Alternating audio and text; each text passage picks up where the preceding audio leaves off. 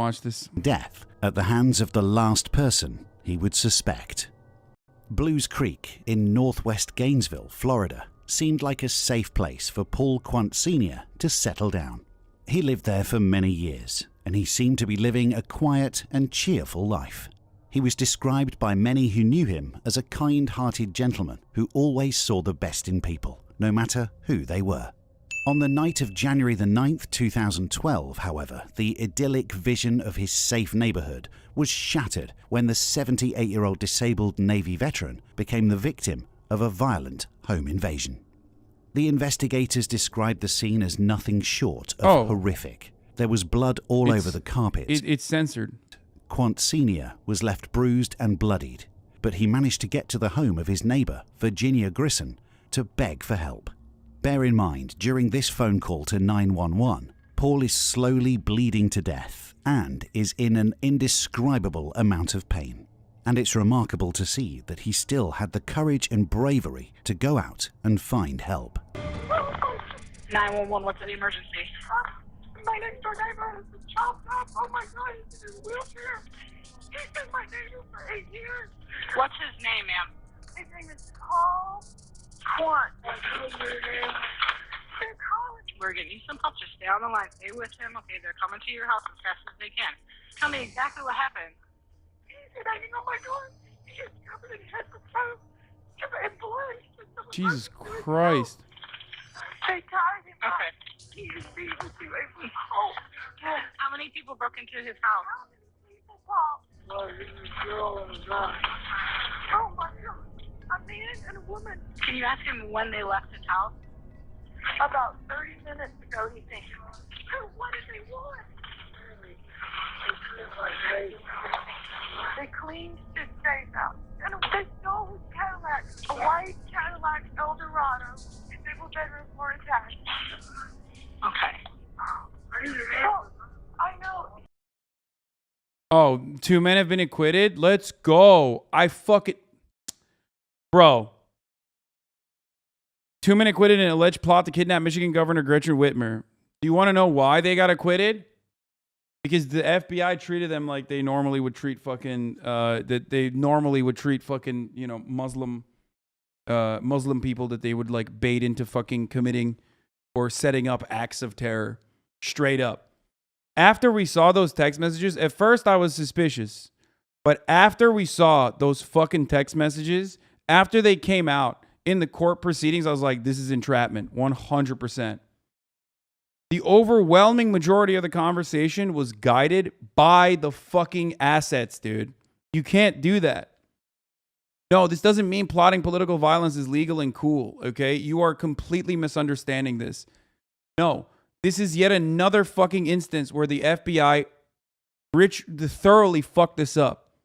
It's a classic fucking Fed incompetence moment where they found a bunch of fuck-ups and baited them, got into their circles through a Facebook group, and then basically were like, yo, it'd be crazy if we were to, like, you know, I don't know, fucking kidnap it or what? Kidnap the governor? That'd be psychotic, right? That'd be crazy. Don't do that. I mean, we should do that. The FBI created the plot but stopped it. But because of how they started the plot and because the guys are white, the investigation was fruitless. Bro, the reason why they got away with it is because they're white, yes. Because when the FBI did the entrapment for many fake terror plots against like actual fucking autistic and OCD and like a bunch of other kinds of neurodivergent Muslim teenagers and shit, they were able to get away with it. The part of which where they got away, the part of which where they couldn't get away with it is because, yes, they're white and were acting out the desires of a white supremacist cell. But the text messages also were 100% indicative of entrapment. How the FBI entrapment is inventing terrorists and letting bad guys off the hook. What is this? I drew it for you. Really think you would like it? Oh, dude, I already fucking used it, my friend. I already used it to blast off today. I mean, should we? I don't want to cover this right now. We'll get to that later. Let's get back to murder being on the market and on the menu. She's in an ambulance. I'm so sorry. with significant head trauma and a sizable piece of his forearm sawed off by a knife. Police concluded that he had been tortured in the midst of the robbery, likely in an attempt to get information about valuable assets in the home. Grissom called for an ambulance, and before losing consciousness, Quant Sr. indicated that a male and female suspect were responsible for his attack, and that they had made off with everything, including the contents of his personal safe. Quant Sr. was sent to the hospital, where he was sadly pronounced dead shortly after due to his injuries. Meanwhile, Gainesville Police Department Sergeant Stephen Girard spotted the stolen Cadillac not far from Paul's home. A car chase ensued, with the suspect reaching upwards of 100 miles per hour before ultimately crashing into 2 other vehicles.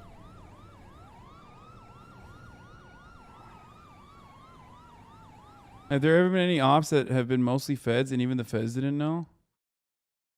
And the feds didn't know? I don't know. I mean, yeah, there's wire crossing between different kinds of agencies all the time.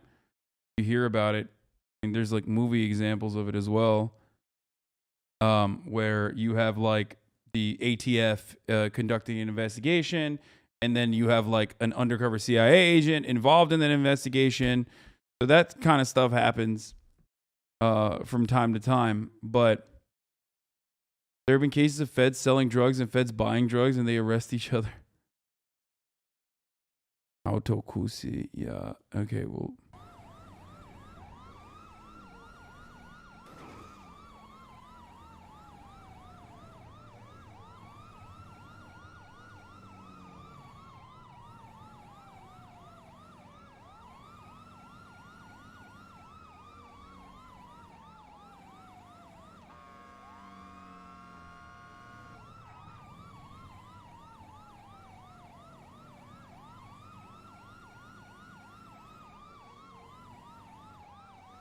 Am I crazy? Doesn't this sound like...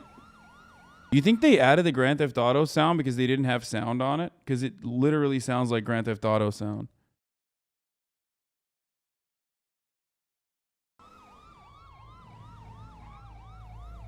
I'm pretty sure they just didn't have sound on this because it's dash cam footage.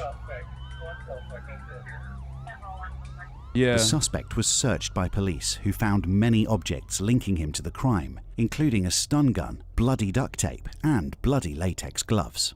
They quickly put him under arrest, as he invoked his right to remain silent. Bro, how the fuck is this dude gonna get away? I mean, or not get away, but like, how is he gonna try to defend himself? Authorities were able to identify the man as 22-year-old Austin Mark Jones, after running his fingerprints through their database. Investigators, however, were still searching for the female attacker that Paul Quant had mentioned to Grissom. By speaking with friends and family, police learned Paul was frequently visited by caregivers, and that each healthcare professional was required to sign in and out, confirming they had visited him. Authorities found that one caretaker's address matched Mark Jones' current address. It was his 22-year-old cousin, Miranda Martin. At her listed address, investigators found Martin's boyfriend, Chad McKee, who claimed he had no knowledge on the incident. They took him to an interrogation room for a formal interview. What can you tell me about Miranda? She's been my girlfriend for about 6 years. Do you know where she's at right now? As far as I know, she was at work. You know a guy by the name of Austin? He's Miranda's cousin. He's in jail. Or he's at the hospital. He's fixing to go to jail. All I can tell you about Austin is that I know he has been in trouble a few times. But other than that, I don't really know Austin. When's the last time we heard from Miranda? It was 2:54 a.m. She told me she was at her work, like, and her patient had fell asleep. And that was really, I just told her I was watching a movie. What time was Miranda supposed to get off work? She told me 8. Well, we don't want you caught up in something that you shouldn't be caught up in. Because what we're investigating is very serious crime. Attempted murder, home invasion, robbery, a lot of bad stuff. It'd be really out of character for her to do anything like what you're talking about. I mean, I've been with Miranda for 6 years, and she hasn't done anything against the law other than traffic citations. It's possible she's not involved in this. No, I know, like I said, It's possible our information has led us to her. And when we finally reach her, we'll find that she wasn't at all who we were looking to speak with. Well, if you will, hang tight, and we're gonna meet with the sergeant and make sure he's good with everything.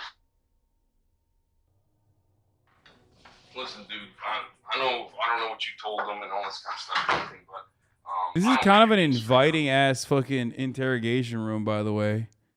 This seems literally like a fucking...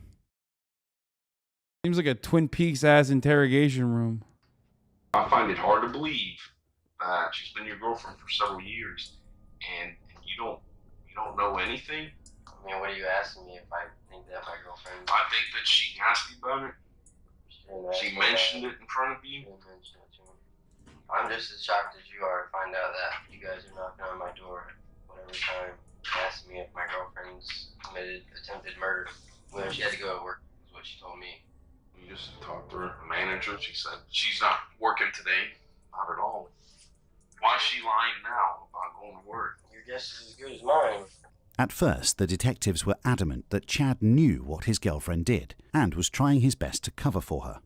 However, the more they interviewed him and the more they analysed his movement and body language, the more they realised that he was actually telling the truth and was indeed unaware about his girlfriend's despicable plan. Or he was the male manipulator. I'm just saying, dude, maybe he's a really good manipulator. That's why he's like over the top, like, oh, I'm so tired. Can I just go home? You know? Typical male manipulator bullshit. I'm just saying, dude, think about it. Call her, put her on speaker, say, hey, what's up? Are you coming home? What's the plan? And then we'll just go from there, see what happens.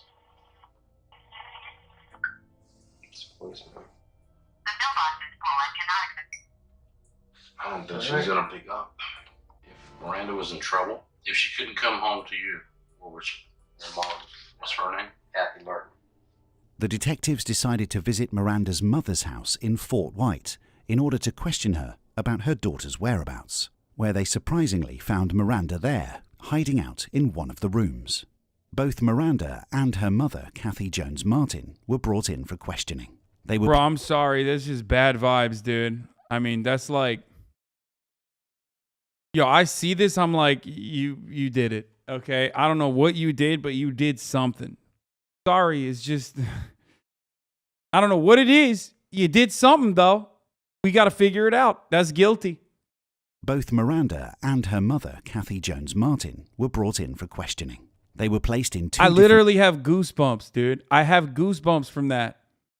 I have, like, my hair is rising just by looking at that photo. That's bad vibes all around. And questioned simultaneously. The detective's main aim is to establish a timeline and trap them into a story. If any of their accounts differ from one another, it would be a huge step in the case against them. Tell me about your day yesterday. I left my apartment. It was around 11, 12, and I went out to my mom's. Yesterday, between daylight and dark, Austin asked Randy to give him a ride to Okay. his lady friend. I met up with some chick, and that's the last I seen him. Gave Austin a ride to work. It was a parking lot off of, I don't know if it was 13th or 440 White. I just dropped him off and left. Okay, when you dropped him off and left, where'd you go? Dad thought I had to work, so I had to go back and pretend like I was getting my work clothes. Why are you lying to Chad? I lied to him last night because I just wanted to spend a night like with my mom and everything. And I didn't want him to get mad, so I told him I was working. In the short time she was interviewed, Miranda has already admitted to willingly lying to her boyfriend about her whereabouts. It's clear to see that this is a sign of her true nature beginning to show. Somebody who is willing to deceive and fabricate the truth in order to receive what she wants. Okay, so you dropped Austin off, And then left. then drove back to your mom's. Yes. So what time do you think you got to your mom's? It was Homie hit the... We heard that. We heard you. See what you're doing. I respect it. like 10. I don't... It's not Austin Ox, but it does sound like Okay, it. so she left around dusk. Made it in between 10 and 11. Okay. But it's what, 6, 7, 8, 9, 10, 6 hours she's gone. to just drop him off. Did she say if she went anywhere else after that, or? Well, I thought she was going to work. If you can think of anything, I would much rather lay everything on the table. You know, I don't know. Maybe everything that you've told us is what you know. I don't know. But I just like to let people know that from the very beginning. You were in Fort White at 10 o'clock. I take it that you had your phone with you. The detectives believe that she was in Gainesville, where Paul Quant resided, on Monday, January 9th. However, both Miranda and her mother are adamant that she was in Fort White that night, 32 miles away from Gainesville, because Miranda wanted to spend the night with her mother. The detectives need to first of all prove that this is not true if they want to build a case against her. If your signal was bouncing off a tower towards Gainesville at 11 o'clock, would that surprise you? Yeah, it would surprise me. There is a reason. We want you to be able to explain it now before. Okay, because I thought my boyfriend was cheating on me, okay? So I drove back just to see if his car was in the parking lot. You drove by where? My And you got back to Gainesville at what time now? It was around like 1 or 1:30. Bro, how are we just not gonna fucking wall off Florida and figure out what's going on? We need to build the wall around Florida. That's what we need to do. And just like that, the detectives got what they wanted. Miranda changed her story and said she went back to Gainesville to check up on her boyfriend, placing herself in the area at the time the crime occurred. We have some reservations about where your daughter was last night. Please, be honest. She spent the night at my house last night. She made it in between 10 and 11. She rented the movie Paul, and we watched that.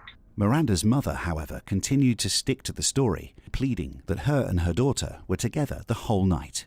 This is most likely a story they rehearsed many times before this interview. Frustrated, the detectives decided to conclude the interrogation, as it was clear it wasn't going anywhere. How many times total you think you worked for Paul? Well, it was 3 days a week. At least once a week, I guess you'd make his bed. Yes. Okay. The bed sheets, everything that took off the bed, put in the washer, and then put back on the bed. So you never got anything off the closets? The only time I ever went to the closet was just to hang up stuff, and that's it. Okay. So you saw the safe there. Oh, I didn't think that was like a safe or anything. What do you think it was? I thought it was just like a box, like a metal box. Be honest with me. What was the reason for bringing him over here? And be honest. He was supposed to meet with some girl. I dropped him off. You dropped Austin off just down the road from Paul's house, right? Miranda, be honest with me. You dropped him off just down the road from Paul's house, right? Yes. He was meeting some girl, and that's that. Are you a cuck, Miranda? Are you a cuck? Are you helping your boyfriend cuck you? That's honestly it. Miranda, I know we've been talking a long time to Detective Joe Mayo. Every time we come outside, Oh, sorry, cousin. more information My bad. that you It's not disclose. boyfriend. And that's why we keep coming back in here and asking you some more questions, okay? Because nothing seems to be adding up. When you guys went there last night, okay, and My bad. I mixed up.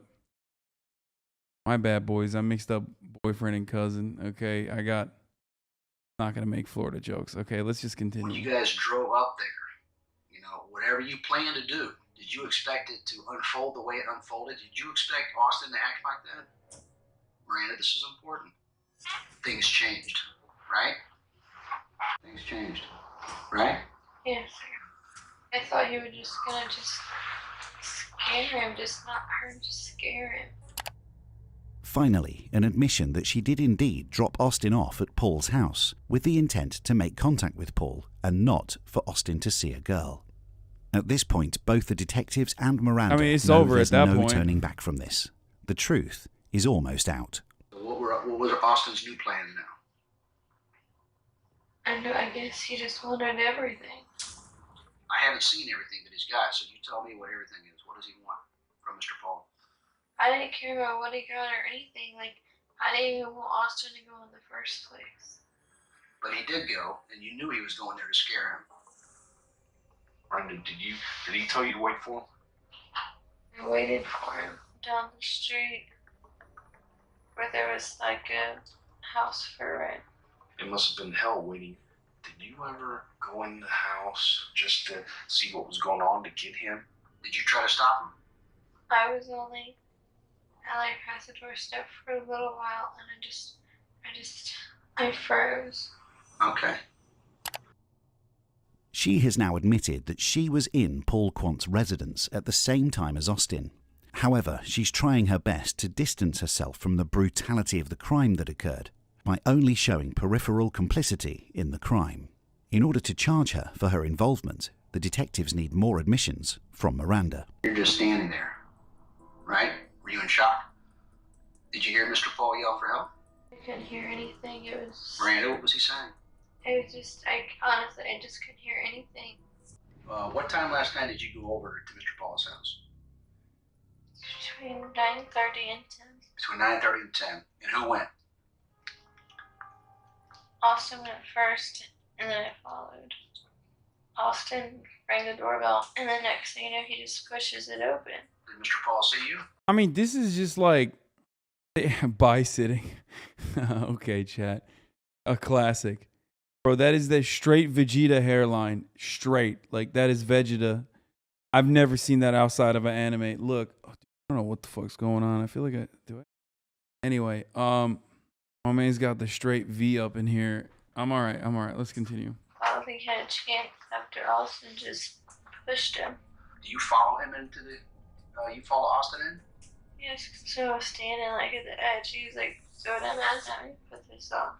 You threw the mask at you? Bro, she just fucking admitted to everything. What happened, dude? This is like... I mean, not to sound disappointed that a murderer has been caught, but it just feels like... It feels like she came in hot and then threw so early on, you know? Just obliterated her frame. He told you to put it on? Yes, sir. What color was the mask? It was a red Elmo. He had a PIN number? Okay, so he got Mr. Paul's PIN number? For the safe. Okay. So did Austin tie him up? Yes. Was he begging for his life? He just kept saying, I'll give you everything you want. Please stop. Oh, that hurt. And what was Austin hitting him with? It looked like his fist. His fist? And did you see Mr. Paul bleeding? Yes? Okay. I didn't know if Austin was about to do something to me next. Okay. You know that Austin's hitting him, correct? Yes. Okay. And you're saying Austin's collecting everything in the house to take it. So what did Austin take? I seen him with a box of stuff. A box of stuff. I don't know what all was in the box. Any chance that maybe you collect anything in the house? Did you take anything? Austin just kept telling me, take it. And where did you put that stuff? In the trunk of his car. Did you drive the Cadillac out of the garage? Yes, he made me drive to the bank. You guys drove to the bank to use a debit card at the banks? Yes. What bank did you go to? Capital something. Did you go to an ATM machine? If we get some video from that ATM, is it going to be you? Yes. How much money did you take out? 4. So you took out... Bro, that's crazy. How fucking stupid can you be as a criminal? Like, there's no plan whatsoever. They just did the violence, admitted to it immediately, folded like a fucking napkin. I don't know what... I mean, what a wild fucking situation. 400? Okay. Where'd you go next? To a bank on Newberry, but it had exceeded. Oh, exceeded limit. But that was you too. I mean, if we pull the bank records, It's me. it's you. What are you feeling right now, Miranda?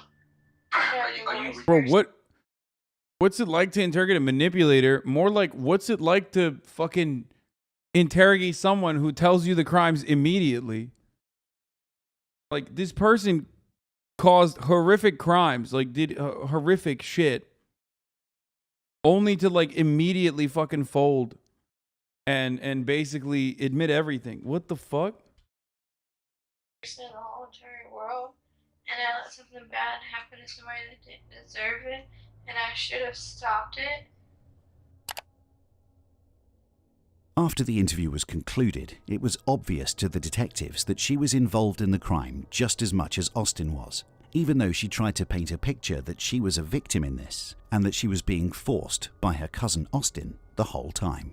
All this was later confirmed to be true when detectives searched the car where they found her journal. What they read highlighted the dark and evil nature of Miranda Martin. We watched that already. And really destructed the facade she had put up of a scared individual who was being controlled and manipulated. In fact, she was the one who was manipulating everyone. And after reading her journal, it was clear to see the lengths she went to execute her plan. Bro, that's crazy. Thank you for the journal read, "I should have looked through the drawers. Got to get information on the location of the key, get back in and set up entrance. Also make sure I set up a stepping system to boost myself up high enough. I want to do it really, really soon, but might have to wait a few months, thinking maybe sometime in December before Christmas." I'm losing it.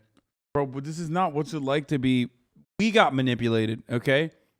What's it like to interrogate a manipulator? Or like, what's it like to be manipulated into clicking on something under a false promise? This person was not a manipulator unless, like, she manipulated us by, what, making it seem like she was a smart person at some point, but then turned out she was a dumbass? I don't even know. Detectives also found a key to Listen, dude, if you can fucking destroy, if you can absolutely obliterate Florida detectives, like, that's not exactly a good indication that you're smart. And then here you are, you know, not even being able to do that, which is basically like the bare minimum to demonstrate sentience.